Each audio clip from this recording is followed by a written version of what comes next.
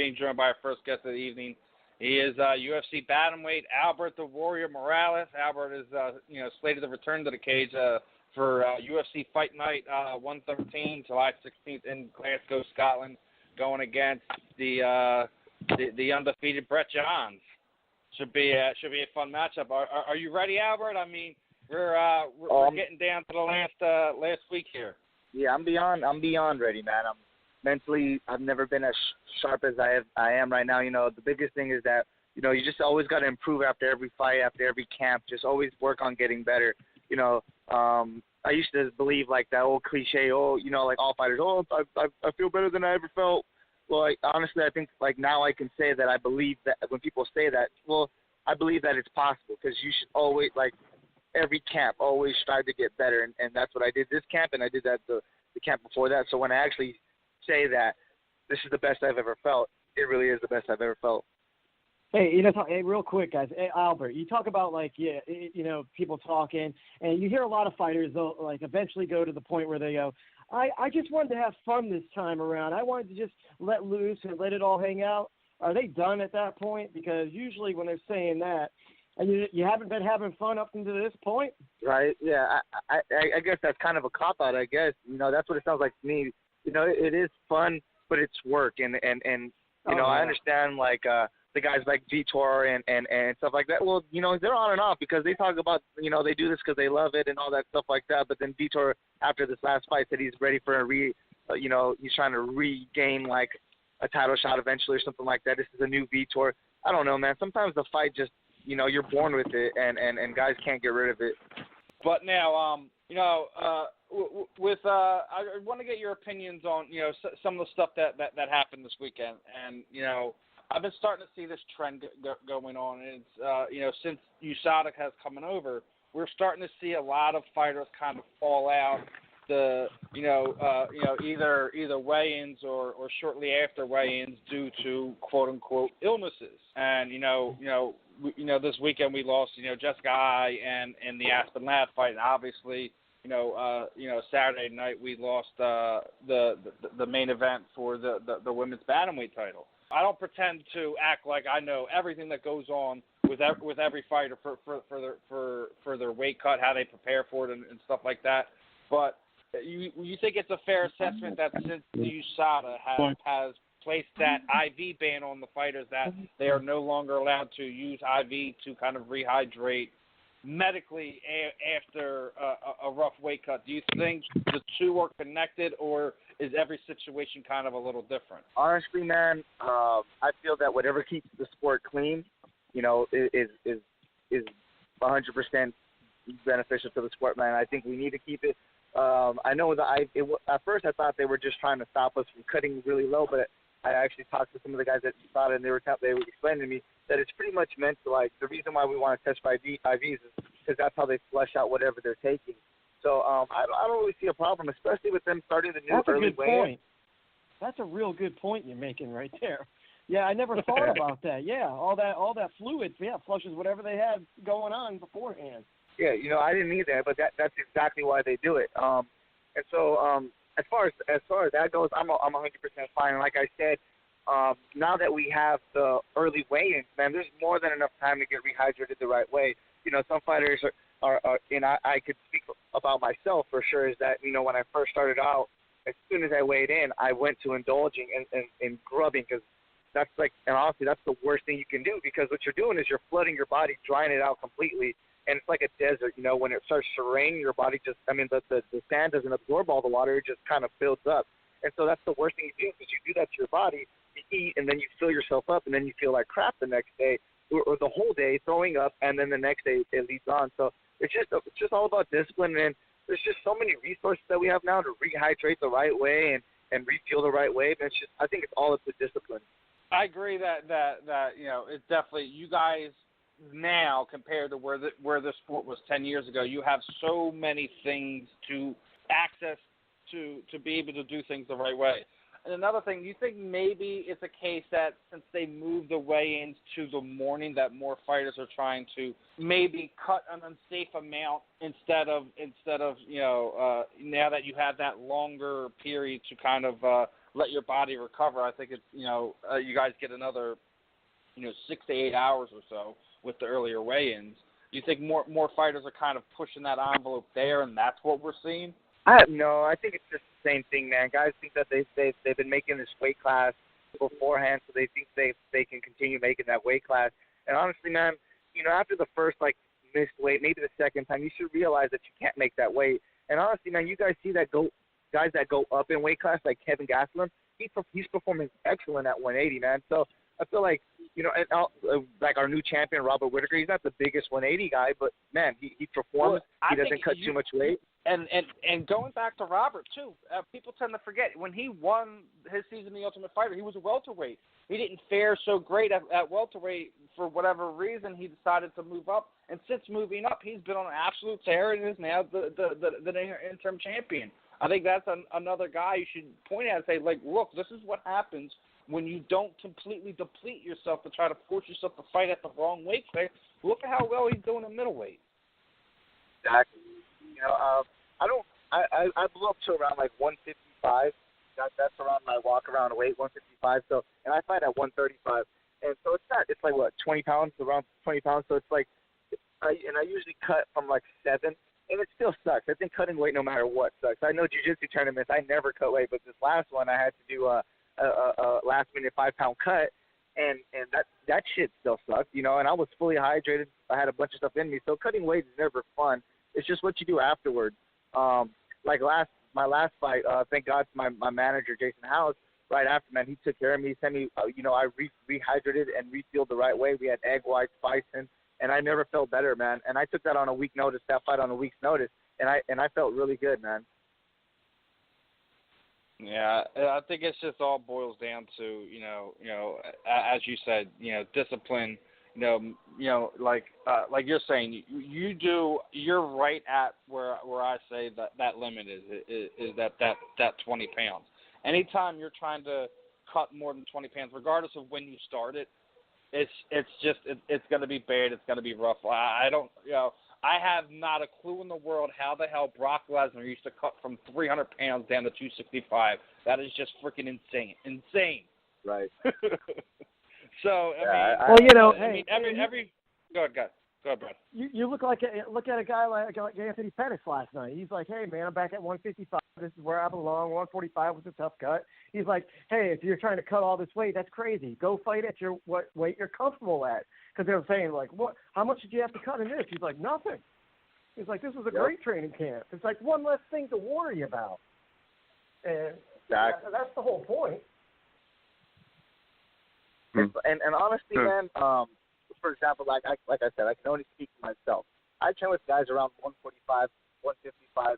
It's like, I think the only big jump is that 60 gap. Like if they were to make a 160 weight class, then that would make it a little bit fair, because I know there's guys that are not big enough to fight at 170, and not and it's being hell for them to make 155, but they still go for 155 over 170, because if they go to 170, there's these giants that walk around at 200 pounds or whatever like that. So if they made a 160, I think it would help the whole MMA game out tremendously. Yeah, I think you completely do with I think you completely do away with 55 and just have it be 60. Because if I remember correctly, when back when Elite X was still around, when when KJ News was the quote unquote lightweight champion, it wasn't 155 pounds. It was at 160. I mean, junior welterweight. No, but I thought welterweight was a little bit higher too, or is it just my old age is catching up with me here? No, the it's called junior welterweight. Dan Hardy won a title at that weight. Yeah, I know, but like I said, there have been promotions in the United States who've considered the lightweight not 155 pounds, just about everyone in the United States uses as the lightweight division is the 155-pound limit. So losing that 5 pounds, losing that 5 pounds and making it 160, I don't think would be a bad idea. Okay. But that's just me. Yeah. Hey Albert, I got a question for you. Shoot. All right. Well, this is Daniel from Louisiana, and I'm not a host. I'm just a fan. So, as a fan, tell me about your gym, System Train Center. Now, what's different from all the other gyms in California? Tell me what sets y'all apart. Well, System Training Center is in my gym. That hasn't been my gym for, I would say, man, I did my amateur career at Systems, but not to shit on System Training Center, but that's where I met my head coach now, who's been my head coach my whole pro career, up until this point and till I die, Coach James Teal. But we would work in the back of System Training Center until we had enough money to buy our own gym. So now my head gym is the Movement Boxing Gym in Hawthorne, California, and then I also train at the Black House and Carlson Gracie team. But as far as the movement, what was that? Okay, I was making sure because I'm looking at Tapology.com. It says you train with Black House and System Train Center. I was wanting to know which one is true. Yeah, no, we got. I've seen that, and I think there's a couple of websites that keep saying Systems, and actually one of my original jiu-jitsu gyms is kind of crazy, but it's all good. Yeah, at the movement with my head coach, man, that guy's. If it wasn't for him, I don't know where I would be. The only thing I can say is what separates us, because we're a very small gym. I'm my coach's only pro, and I would say we have a bunch of amateur fighters, and they're kind of like are following suit, which is a big thing for me at this point, because I'm realizing that I have to be a leader and to think about more than just myself. That's something those are big things that my coach is kind of building into my head. But he built me from the ground up, and what separates us from other teams is I would say is just the connection that my coach has with us. I'm sure all coaches give a damn about their fighters, but my coach rents the vans to take his amateur fighters, all the way down to Northern California to get fights, and he's their manager. He's not my manager because I have Jason House, but as far as the amateurs goes, this guy, my coach does everything for these guys. Gets them their food, gets them their diet, finds them different gyms to get. If he doesn't have time to do wrestling, man, he'll send them to my other gym, Black House, and where Coach Kenny Johnson helps them out. I think it's just how much he cares. And to me, coaching is probably like the worst gig. Fighting's pretty rough, man, but coaching's the worst because you're depending on these fighters to come through, man. You could teach them everything, and then they get a girlfriend and they leave, or something. They lose a fight and they're completely out of it, man. And for a coach to stick by your side, stick by my side. Don't get me wrong. I had my little fair share of diva. As soon as I got signed to the UFC, I kind of had like a little a moment, and he was there to put me in check and stick by me. So the biggest thing I think is his commitment for sure, and that's what separates us from everybody else. Where me and him, it's like a father-son kind of thing. All right, cool. Same question with Black House MMA. What's it like training with them? And does Leota ever show you some karate kicks? Yeah, man, Leota's actually a very cool dude. Like, I don't really use too many kicks, but yeah, he's definitely shown me a couple things, man. But as far as Black House, man, the name is the name. It's the house of Anderson Silva, Leota Machida, Gilbert Teixeira used to train there, Chuck Liddell, like just legends, man. And I'm blessed to be a part of the resurgence. Like we're coming up, and we're kind of coming a big way. We got a bunch of young fighters. I like to say like myself, Alan Joban. Who else do we have right now in the UFC? We have Kevin Casey. Justine, is Keish still there? Keish stops by once in a while, man. She wasn't here for this camp, unfortunately, but yeah, she comes by once in a while, man. She's actually been here for a while before I was even at Black House. I was like, I think that last fight she had, even though it was kind of probably embarrassing, I think that catapulted her in popularity. What happened? It just like skyrocketed her popularity. No, did you hear what some crazy mofo said to her on social media? He was going to buy her shorts. Yeah, he offered her like $15K for her shorts. I'm like, oh my God. I'm like, you know what? Do it. Hell with it. Right. That's what I hope she would. I hope she would, dude.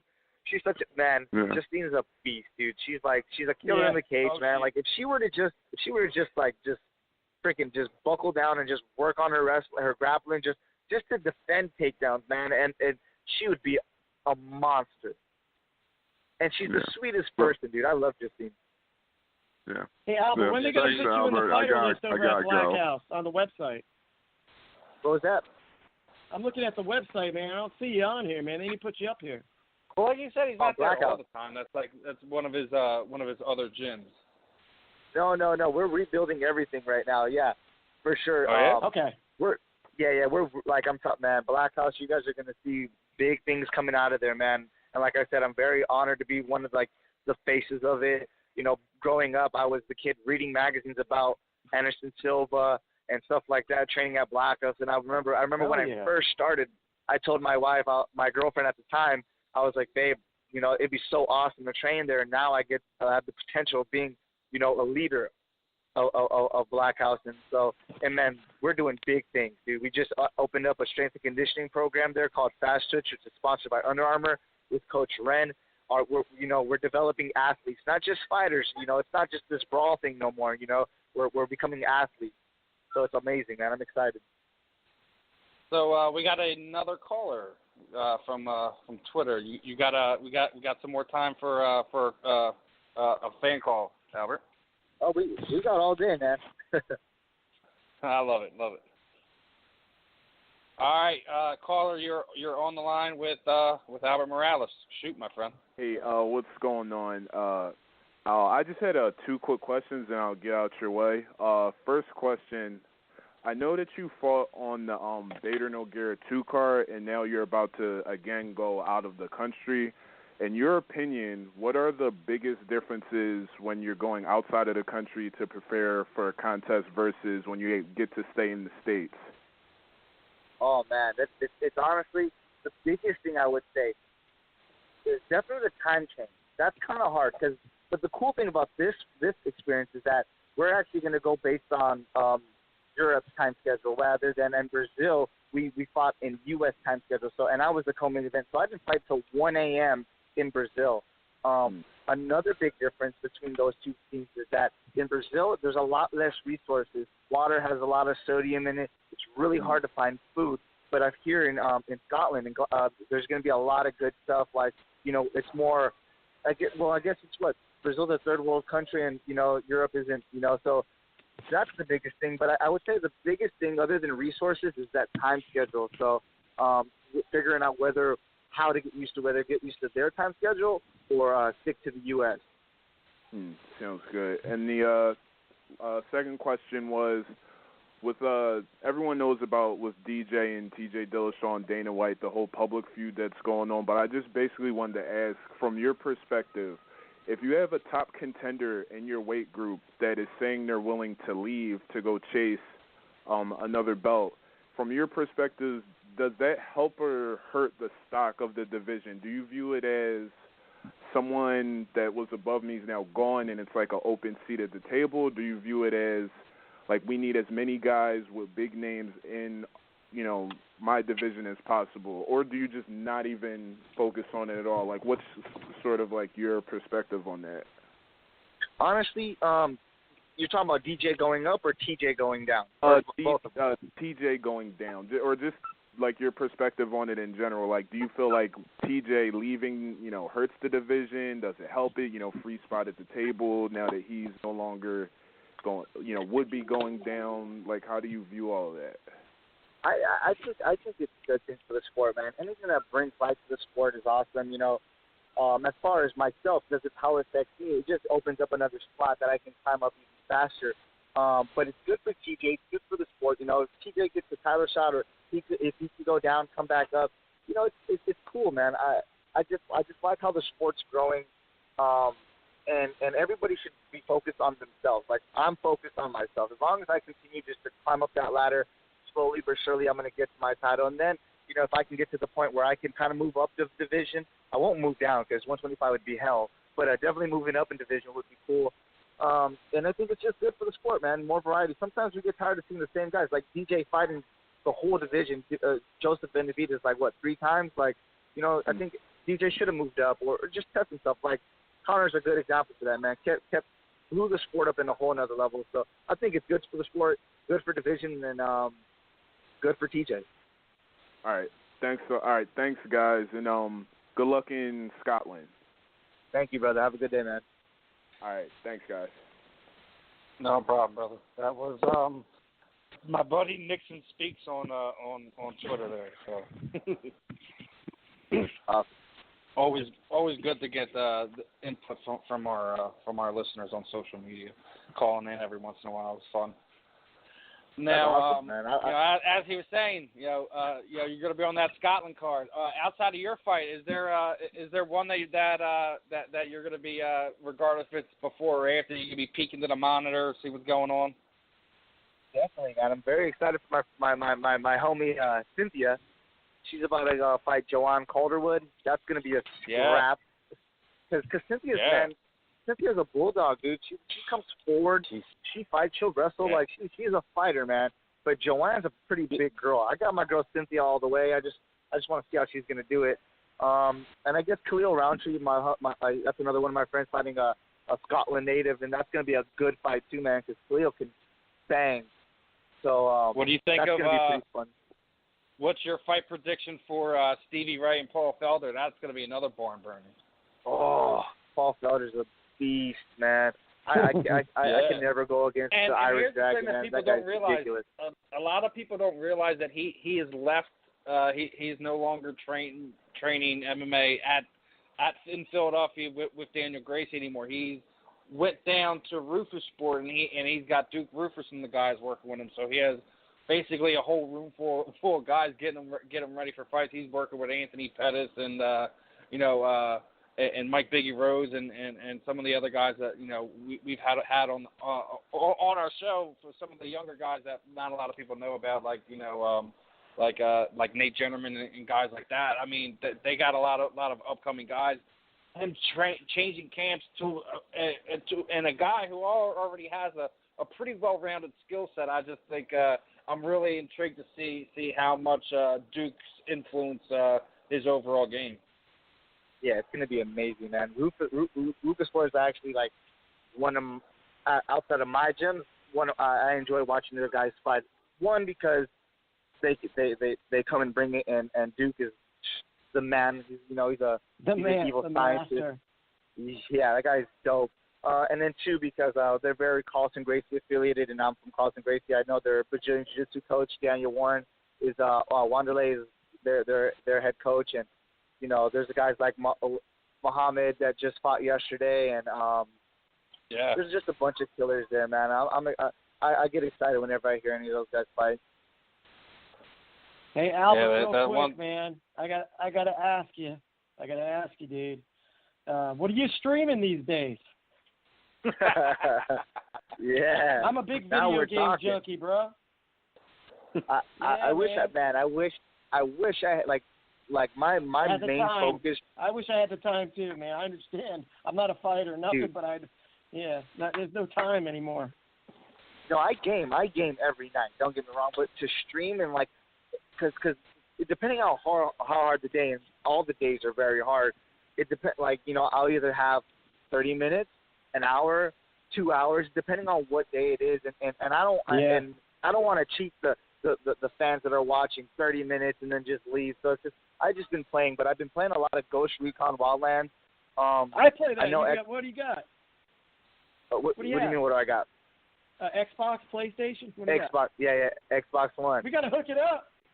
Hey, Warrior 135 UFC. Actually, what? No. My gamer tag is the X Warrior X 135. But yeah, man, that's and then Xbox right now has that new not the new one, but the old Lord of the Rings game that I just downloaded because I'm excited for the new one that's coming out. Shadows of Mordor. Oh my goodness, that game is ridiculous. I played the first one. I 100%ed that baby. That's what I'm working on right now. I'm working on 100%ing Ghost Recon. I did the whole cartel thing. I found all the guns and all that stuff like that. Now I'm doing little side missions, and then I got the DLCs. But as far as that shout the Mordor, oh my God, that thing is ridiculous. That's a beautiful game, dude. I'm hooked. Game. Hey, if you get a message from Divided Lines, that's me. So I'll hit you. I got you. For sure. Now, that's another thing I'm talking about. I think that's another thing the UFC kind of misses out on as much as we've advanced in technologies and how we do this, that, and the third, don't you think this whole thing with gaming is something they've kind of missed out on? Like, that's a whole genre of people. It doesn't matter what race, creed, nationality. Gaming is big across all across the world. Do you think that not having more fighters do stuff like how Demetrius does? We were just talking about Demetrius Johnson, like how he goes on and like he'll openly call out MMA fans, like, listen, I'm going on getting ready to set someone up who wants to die tonight. I think a lot more fighters who are. I think that's something the UFC should do. Hey, you just had a fight fallout. You're a gamer, right? Well, let's go down to get down the fights. We'll set up a tent. We'll get an Xbox and have you challenge some fans or something like that. Just do something for to get you guys to feel like you have that promoter that's really behind you, pushing you. Like, we just heard stuff from Felice Herring that she kind of feels like that she's not getting the love that she kind of feels like she's already earned, and I kind of feel where she's coming from. I think that also a problem with this is you have to remember you're transitioning from an old management to the new company. They're still trying to get their footing on exactly what's going on here.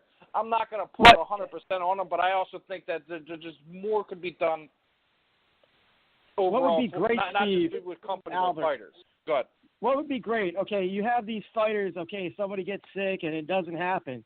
Well, they got the UFC game, and when the new one comes out, it'll have an updated roster, and they could play that out on the UFC Xbox or PlayStation and see who would win in the video game world. They do it on Madden all the time for the Super Bowl.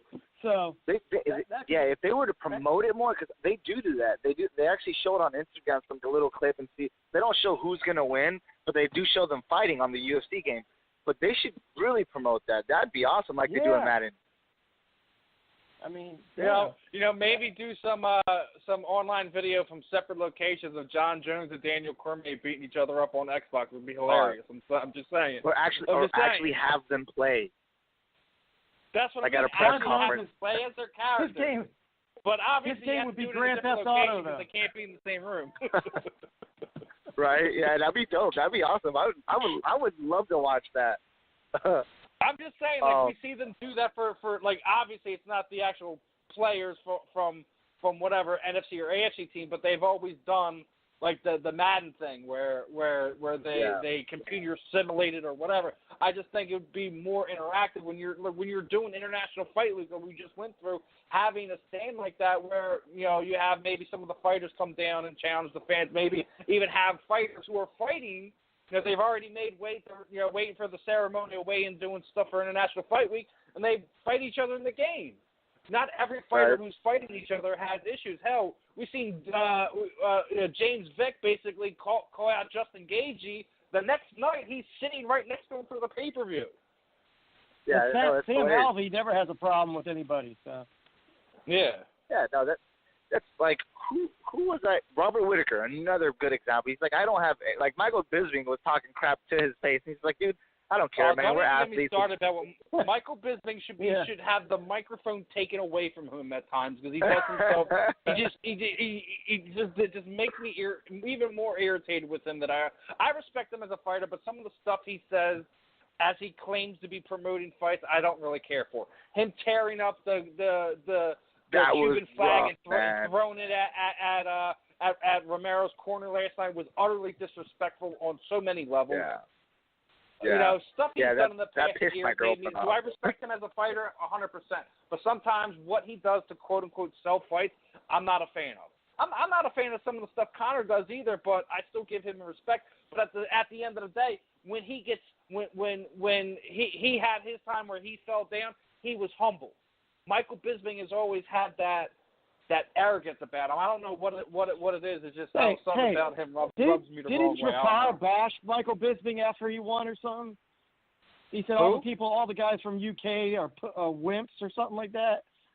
When Jakar fight. Well, yeah, but that's also because, but that was also because Mark was really getting under his skin. Like I said, they were at the fighter meeting that I guess he purposely sat next to him, telling him how he was going to knock him out and whatever. Like that. Like when you say stuff like that and kind of really push that envelope to make it really personal, what comes out of a fighter's mouth, you just can't. You know, I'm not going to defend it, but it's also it's words at the end of the day. You already got your chance to punch him in the face. Let it go.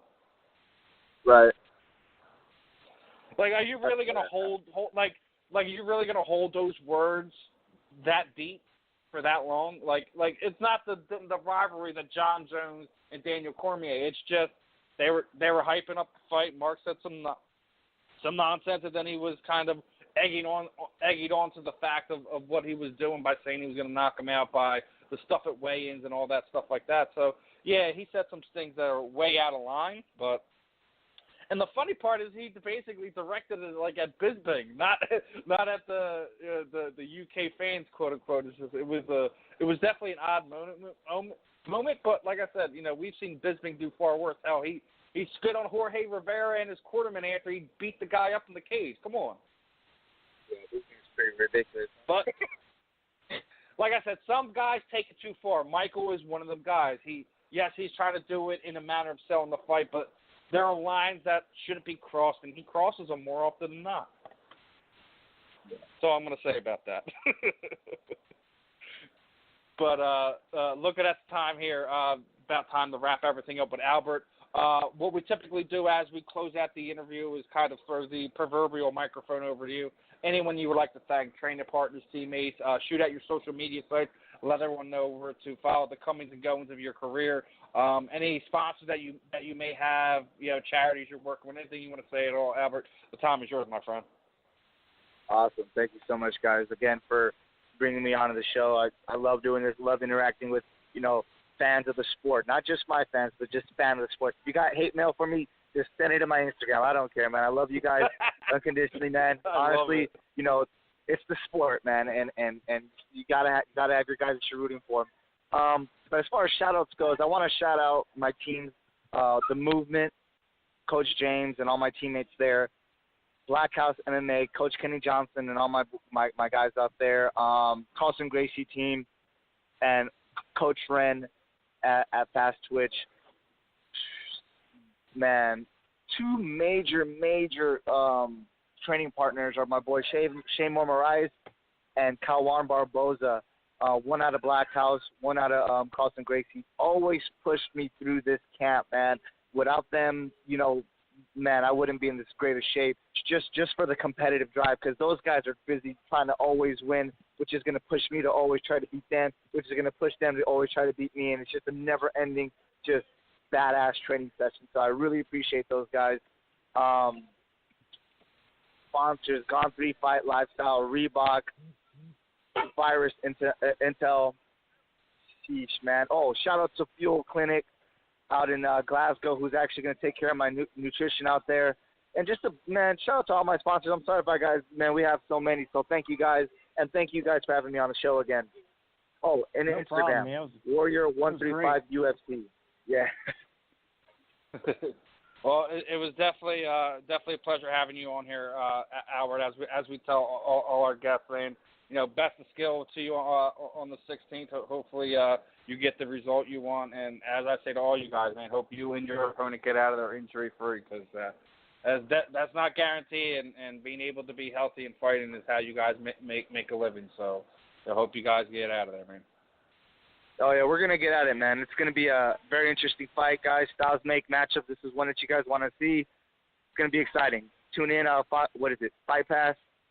Not sure exactly what time in your time zones, but we're headlining the Fight Pass. There you go, brother. Well, guys, make sure you're tuning in the UFC Fight Pass July 16th. Albert and Brett Johns are gonna light up the night. So and there's gonna be plenty other exciting matchups up and down the card. So make sure you guys tune in. Albert, again, thanks for your time, and looking forward to having you back on here again in the future, my friend. Yeah, anytime, guys. Have a good day.